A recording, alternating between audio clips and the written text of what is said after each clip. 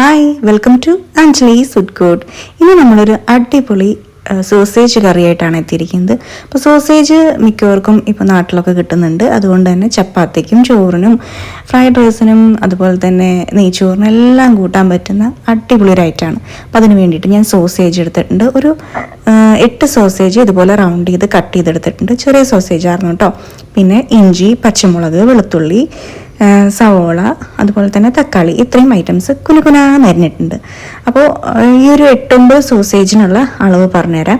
ഒരു വലിയ സവോള, ഒരു ചെറിയ തക്കാളി, ഒരു 6 അല്ലിയോളം വെളുത്തുള്ളി, 2 പച്ചമുളക്, ഇഞ്ചി ചെറിയ കഷ്ണം, അതെല്ലാം ഇതുപോലെ ചെറുതാക്കി അരിഞ്ഞിട്ട് ഒരു കടായിലേക്ക് ഓയിൽ, നമ്മൾ ഏത് ഓയിലാണ് ഉപയോഗിക്കുന്നത്, വെളിച്ചെണ്ണ എടുക്കണ്ട, നമുക്ക് ഇഷ്ടമുള്ള ഓയിൽ എടുക്കുക.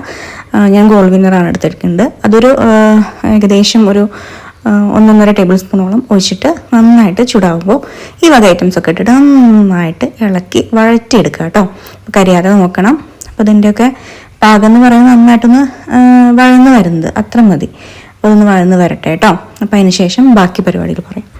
അപ്പോൾ ഈ ഒരു കറി എന്ന് പറഞ്ഞിട്ടുണ്ടെങ്കിൽ നമുക്ക് എന്താ പറയുക, ഡിന്നറിനോ ഇല്ല ബ്രേക്ക്ഫാസ്റ്റിനോ ലഞ്ചിനോ ഒക്കെ കഴിക്കാൻ പറ്റുന്ന ഒരു ഐറ്റമാണ്.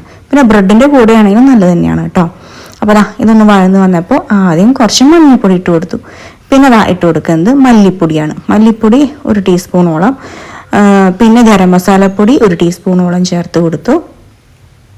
അടുത്തത് ചേർത്ത് കൊടുക്കാൻ പോകുന്നത് സാദാ മുളക് പൊടി 1 ടീസ്പൂൺ, പിന്നെ കാശ്മീരി ചില്ലി പൗഡറും ചേർത്ത് കൊടുക്കുന്നുണ്ട്. അതൊരു 1.5 ടീസ്പൂണോളം ചേർത്ത് കൊടുത്തു കേട്ടോ. അപ്പോൾ എരിവിനനുസരിച്ച് ഇതെല്ലാം നിങ്ങൾക്ക് ഇഷ്ടത്തിനനുസരിച്ച് കൂട്ടാ കുറയ്ക്കുകയൊക്കെ ചെയ്യാം കേട്ടോ. എനിക്കിപ്പോൾ ഇത്തിരി എരിവ് കുറച്ചാൽ നല്ലതാണ്, അതുകൊണ്ടാണ് ഞാൻ കാശ്മീരി ചില്ലി പൗഡറൊക്കെ എടുത്തിരിക്കുന്നത് കേട്ടോ. ഇത് കുറച്ച് ഗരം മസാലപ്പൊടിയാണ്. അപ്പോൾ ഗരം മസാല അല്ലെങ്കിൽ നമ്മുടെ ചിക്കൻ മസാല ഒക്കെയില്ലേ, ഞാൻ ചിക്കൻ സോസേജാണ് എടുത്തിട്ടുള്ളത് കേട്ടോ. അപ്പോൾ അത് നമ്മളുടെ ആവശ്യാനുസരണം ചേർത്ത് കൊടുക്കുക. ഞാൻ ചിക്കൻ മസാല 1 ടീസ്പൂണോളം ചേർത്ത് കൊടുത്തിട്ടുണ്ട്. അപ്പോൾ ശരിക്കും പറയുമ്പോൾ ഈ മസാലയുടെ അളവൊക്കെ നിങ്ങൾക്ക് ഇഷ്ടത്തിന് കൂട്ടുക കുറയ്ക്കുകയൊക്കെ ചെയ്യുക. ഞാൻ പറഞ്ഞോളൂ, എരിവും അതൊക്കെ കുറച്ച് കുറയ്ക്കേണ്ട ടൈം ആയതുകൊണ്ട് ഞാൻ ഒന്ന് കുറച്ചിട്ടു എന്നേ ഉള്ളൂ. അപ്പോൾ നിങ്ങളുടെ ആവശ്യാനുസരണം അതൊക്കെ കൂട്ടുക കേട്ടോ. ഇനിയിപ്പോൾ ഇതിലേക്ക് അല്പം ഉപ്പ് ചേർത്ത് കൊടുക്കുന്നു. ഉപ്പ് 1/2 ടീസ്പൂണോളം ചേർത്ത് കൊടുത്തു കേട്ടോ. നന്നായിട്ട് എല്ലാം ഒന്ന് അതിലേക്കൊന്ന് മസാല പരുവത്തിൽ പിടിച്ചു വരട്ടെ. അതിന് ശേഷം ഇതിലേക്ക് നമ്മൾ ചേർത്ത് കൊടുക്കാൻ പോകുന്നത് അല്പം വെള്ളം. ഞാൻ തിളപ്പിച്ച വെള്ളമാണ് ഒഴിച്ചു കൊടുക്കുന്നത് കേട്ടോ, പച്ചവെള്ളമല്ല. വെള്ളം ചൂടുണ്ട് എന്ന് വെച്ചാൽ വെട്ടി തിളച്ചിട്ട് അങ്ങനെ ആ വെള്ളമല്ല. അപ്പോൾ ഒന്ന് തിളപ്പിച്ച അറിയ വെള്ളം ആയാലും കുഴപ്പമില്ല. പച്ചവെള്ളം ഒഴിക്കണേക്കാട്ടും നല്ലത് ഒന്ന് ചൂടാക്കിയ വെള്ളം ഒഴിക്കുന്നതായിരിക്കും. അത് ഏകദേശം 1 ഗ്ലാസോളം ഒഴിച്ചു കൊടുത്തിട്ടുണ്ട്. 1 ഗ്ലാസ്സല്ല, 1 കപ്പോളം ഒഴിച്ചു കൊടുത്തിട്ടുണ്ട്. ഈ അത് തിളച്ച് വരുമ്പോൾ അതിലേക്ക് മല്ലിയില ചേർത്ത് കൊടുക്കുന്നു. മല്ലിയിലയോ അതല്ല നമ്മളുടെ വീട്ടിലെ കറിവേപ്പിലൊക്കെ ഉണ്ടെങ്കിൽ അതും ചേർത്ത് കൊടുക്കാം. ഇനിയിപ്പോൾ കട്ട് ചെയ്ത് വെച്ചിട്ടുള്ള സോസേജും ഇതിലേക്ക് ഇട്ട് കൊടുക്കുന്നുണ്ട് കേട്ടോ. അപ്പോൾ സോസേജ് എനിക്ക് ഭയങ്കര ഇഷ്ടമുള്ളൊരു സംഭവമാണ്. അപ്പോൾ ഇത് വെറുതെ ഫ്രൈ ചെയ്ത് കഴിക്കാനും നല്ല ടേസ്റ്റ് ആണല്ലോ. അപ്പോൾ സോസേജ് വേവിച്ചിട്ടൊന്നുമില്ല, വെറുതെ ഫ്രീസറിന് എടുത്തു, കുറച്ച് നേരം തണുപ്പ് മാറാൻ ഇട്ടു. അതിനുശേഷം വെറുതെ ഒന്ന് കഴുകിയെടുത്തു. കഴുകേണ്ട ആവശ്യമൊന്നുമില്ല, പക്ഷെ എനിക്കൊരു സമാധാനക്കേടാണ്. അപ്പോൾ ഒന്ന് വെറുതെ വെള്ളത്തിലൊന്ന് മുക്കിയെടുത്തിട്ട് കട്ട് ചെയ്തതാണ് കേട്ടോ. അത് നന്നായിട്ടൊന്ന് സെറ്റായി കിട്ടട്ടെ. ഇതിൽ കിടന്നൊന്ന് സെറ്റാകുമ്പോഴാണ് ആ ചാറിനൊരു ടേസ്റ്റ് വരിക, നമ്മുടെ സോസേജ് ഒന്ന് കുക്കായി വരിക. ഓൾറെഡി അത് കുക്കഡാണ്.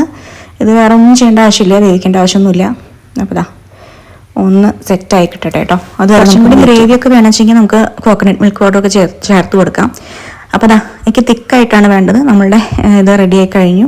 ഉപ്പ് ഇത്തിരി കുറവുണ്ട്, അപ്പോൾ ഒത്തിരി ഉപ്പും കൂടിയും ചേർത്ത് കൊടുത്തു. ടേസ്റ്റൊക്കെ ഇപ്പോൾ നോക്കുക കേട്ടോ.